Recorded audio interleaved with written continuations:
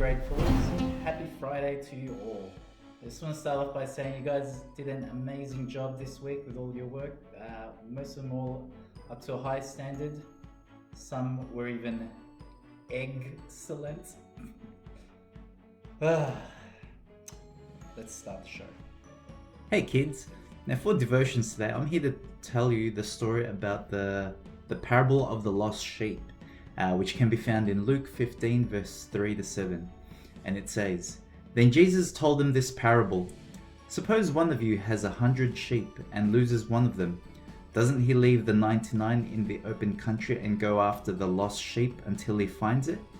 And when he finds it, he joyfully puts it on his shoulders and goes home. Then calls all his friends and neighbors together and says, 'Rejoice with me, I have found my lost sheep.'" Okay. Now, have you ever lost something very, very precious to you, like maybe a favorite toy or something like that? Well, I have. Do you remember this guy? Little Deadpool? Yeah, he's one of my precious little toys. I've had him ever since I was about 30 years old. And one day I actually lost him. And I was really sad. I was like, where is he? Where is he? I looked all around the house. And turns out my son put him in the bathroom. But when I did find him, I was so happy, I was so relieved, and yeah, did a little dance, and yeah. Anyways, the point of that is, each and every one of you are super duper precious in God's eyes, okay? And whenever, sometimes, we do bad things and we tend to stray away from Him. But when we do return to Him and start being good and start being nice again, He's so overwhelmed with joy and happiness that He just tells everyone all about it. Okay, so just remember, you are very special and you are precious in God's eyes. Have a good day, guys. Hey kids, so for maths today, we'll be doing some mapping work, okay? Now, so make sure before you start any of these questions, make sure you study the map first. Just look at where all the main features are, okay? Don't forget to look at the scale, which is up there. And most of it is all like cross-reference type of work. So we'll do the first one together. So what can be found at these grid references?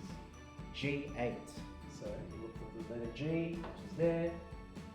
And you look for the number 8, which is there. And where do they meet?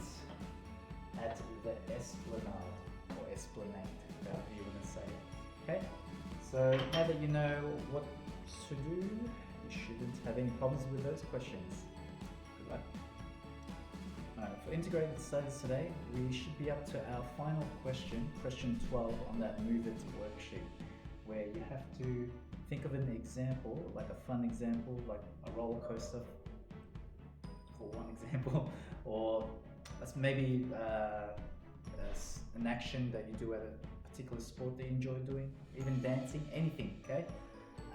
Think of an example where you can describe the forces that are being applied in that situation. So for example, you've got a roller coaster here, you've got the gravity that's always pulling you down, make sure you don't fly off the tracks. And with roller coasters, they're actually connected to kind of like a conveyor belt kind of thing that pulls you along the track. Okay, so we've got a pulling force that's pulling you down, and you've also got air resistance, which you feel on your face, which makes it feel a whole lot faster and scarier. Okay. Now, when you write, I want you to draw a diagram similar to this and explain the forces in detail. Don't just write gravity, pull, air resistance. No, I want quality type of work, okay? You guys are grade 4s now, and by this time you should be able to explain in detail how forces act. All the best. Alright, it's another Friday, and Alright guys, that about does it for another week of remote learning. Hope you guys had a good week. Hope you guys learnt a lot as well. Stay safe over the weekend, try to stay active, try to get up to something fun instead of just sitting there watching TV, and be good to your parents. See you guys.